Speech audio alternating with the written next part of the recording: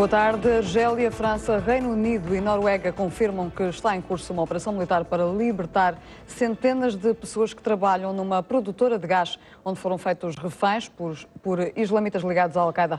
São de diversas nacionalidades. A operação militar que decorre no complexo de gás em Amenas, segundo um porta-voz islâmico, fez até ao momento 34 mortos entre os reféns e 15 entre os sequestradores. Dados não confirmados por Argélia nem por outra fonte independente. De acordo com a APS, agência noticiosa argelina, foram libertados pelos militares 2 britânicos, um queniano e outro francês. O presidente francês falou em situação confusa e confirma a existência de cidadãos franceses entre os reféns.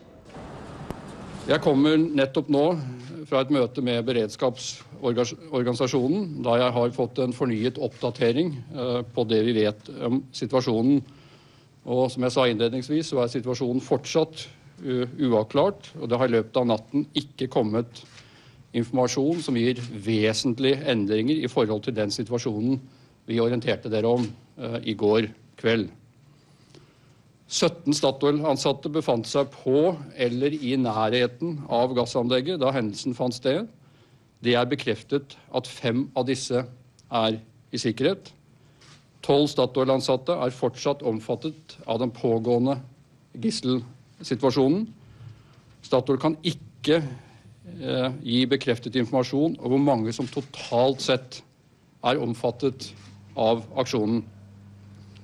Våre medarbeidere på In Amenas opplever nå, som vi alle kan forstå, en ekstrem påkjenning. Dette er alle erfarne og avholdte Statoil-medarbeidere, de fleste også med lang fartstid i regionen. Jeg ber om forståelse for at vi ikke kan gi mer detaljert informasjon nå. D'abord, la situation est très confuse sur ce site pétrolier. Elle évolue heure par heure. Dès lors, toute communication pourrait apparaître presque comme dépassée par les événements. Ensuite, j'ai à l'esprit la vie de nos ressortissants. Il y en a sur cette base, sur ce site. À partir de là, je ne dis rien qui puisse éventuellement les mettre en danger. Je fais toute confiance aux autorités algériennes. A União Europeia apoia a intervenção francesa no Mali. À saída da reunião de ministros dos negócios estrangeiros esta manhã em Bruxelas, o ministro francês Laurent Fabius declarou que os franceses não estão sozinhos nesta cruzada e que se registra uma unanimidade de posições nesta matéria. Com efeito, os governos da União Europeia querem enviar militares para treinar o exército do Mali, que combate os rebeldes islamitas. A missão será composta por 200 militares, mas ainda não foram anunciados quais os países que integram este grupo. Neste momento, 1.400 militares franceses avançam por via terrestre no Mali. Na capital Bamako, os malianos vão se apercebendo da dimensão internacional da crise no país. Os rebeldes islâmicos controlam o norte do Mali e parte do terreno no centro. A intervenção militar francesa tenta deter o avanço para sul e para a capital Bamako. It is in the European interest that jihadists and terrorists do not get a hold of the whole of Mali. So in that sense, I'm in full support of the French action, and we will see what needs to be done to make sure that this is a success. As conversações de paz entre a República Democrática do Congo e o grupo rebelde M23, que decorrem no Uganda, já têm uma agenda para o diálogo. Um dos pontos mais importantes é rever os acordos de paz assinados em 2009, que previam a incorporação de militares dissidentes nas Forças Armadas congolesas. Recorde-se que muitos desses militares amotinados ingressaram no movimento M23. O porta-voz destas conversações elencou a ordem de trabalhos. Composing the agenda are, number 1, a review of the M23 March 2009 agreement. Number 2, security matters. Number 3, social, political and economic matters. Number 4, the implementation plan. Em Moçambique, chuvas intensas e aluimentos de terra resultaram na morte de 14 pessoas. As províncias mais afetadas são Zambésia, Manica, Sofala e Inhambane. O Instituto Nacional de Gestão de Calamidades já lançou ações de apoio às centenas de famílias que ficaram desalojadas ou que perderam os respectivos meios de subsistência. A chuva continua a causar danos em Moçambique. Nas províncias de Inhambane, Zambésia, Manica e Sofala já foram afetadas pelas cheias e enxurradas mais de 14 mil pessoas.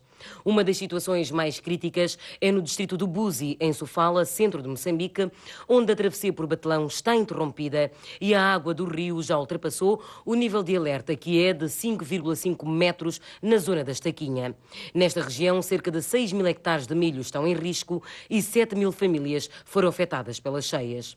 Já em Maputo, diversas famílias estão em centros de acomodação.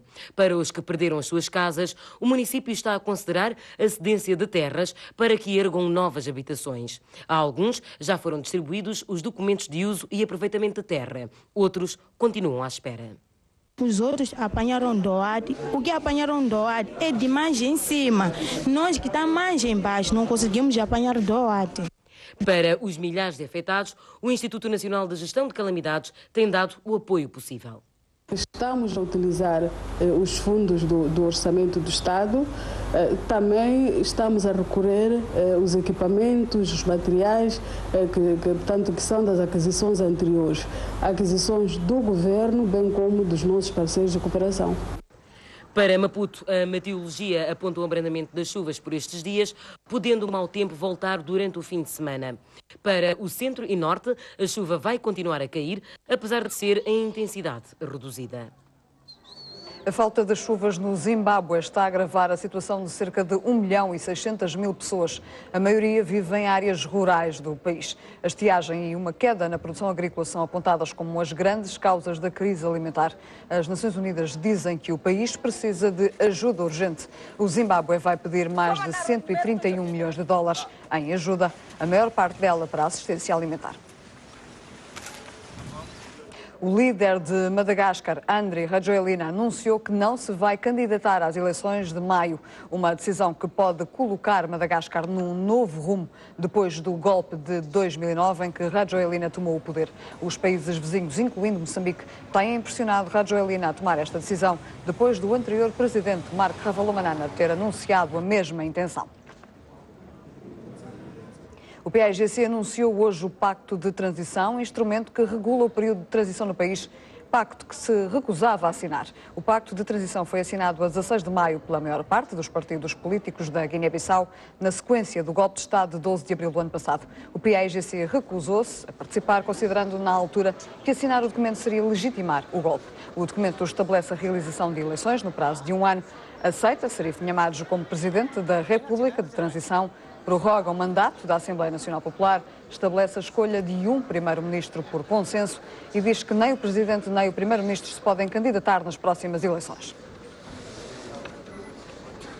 A ajuda francesa ao Mali é destaque na nossa revista de imprensa diária do Mundo Africano Lusófono. Como destaca o Jornal de Angola, a ajuda francesa ao Mali tem o Acordo de África. Palancas negras afinam pontaria, produção de inertes fiscalizada.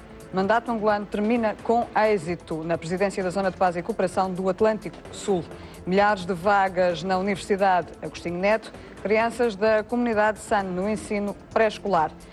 Às nossas tradições, havemos de voltar. O Notícias de Moçambique destaca época chuvosa e consequências, duplica o número de mortos e afetados. Mina sul-africana, Pusaz-Aleto, moçambicanos em risco e PM aos jornalistas do Notícias. Acidentes de aviação matam 12 pessoas, obras do PR em fotografia e descoberta nova espécie de cobra nas notícias breves. A semana de Cabo Verde com fotografia destaca turismo e construção, dão sinais de retoma. Suspeitos do roubo de cofre tidos pela PJ. A televisão de Cabo Verde terá de pagar cerca de 750 mil euros pela transmissão dos Jogos do CAN 2013. A direção da televisão pública cabo-verdiana diz que o valor é impensável. O Presidente da República apelou ao representante da empresa que detém os direitos para baixar o custo da transmissão numa reunião que juntou a direção da TCV e os principais patrocinadores das transmissões de futebol em Cabo Verde. 82 mil contos é o valor que a televisão de Cabo Verde tem que pagar à LC2, empresa detentora dos direitos televisivos da CAN 2013, para transmitir os jogos. Um valor muito elevado para a realidade cabo-verdiana, levando o Presidente da República a intervir nessas negociações. A nossa missão junto do Presidente era tentar fazer com que o Presidente convencesse a empresa detentora dos direitos, a LC2, no sentido de baixar o budget, porque o budget são 750 mil euros. Estamos a falar de mais de 82 mil contos cabo-verdianos. O que o Presidente tentou passar a mensagem ao representante, ao Sr. Aristide Foyer, representante da LC2, de que seria que a empresa visse a nossa realidade, porque eles dizem que Cabo Verde é um país qualificado. Sendo um país qualificado, o budget é maior em relação aos outros países que não se qualificaram. Mas o Presidente disse, mas repara a realidade de Cabo Verde. Temos a democracia, temos o Estado de Direito, mas ter o Estado de Direito não dá dinheiro. São outros 500. Foi esta mensagem forte que o Presidente passou ao representante da CL2, que agora tem a missão de falar com o responsável máximo da empresa, que está em França, para ver o que é que nós podemos fazer. O diretor da TCV garante que, se não houver uma redução drástica na proposta financeira apresentada pela empresa detentora dos direitos televisivos da CAN, a TCV não vê qualquer hipótese de brindar os cabo-verdianos com imagens dos jogos. E termina aqui esta segunda edição.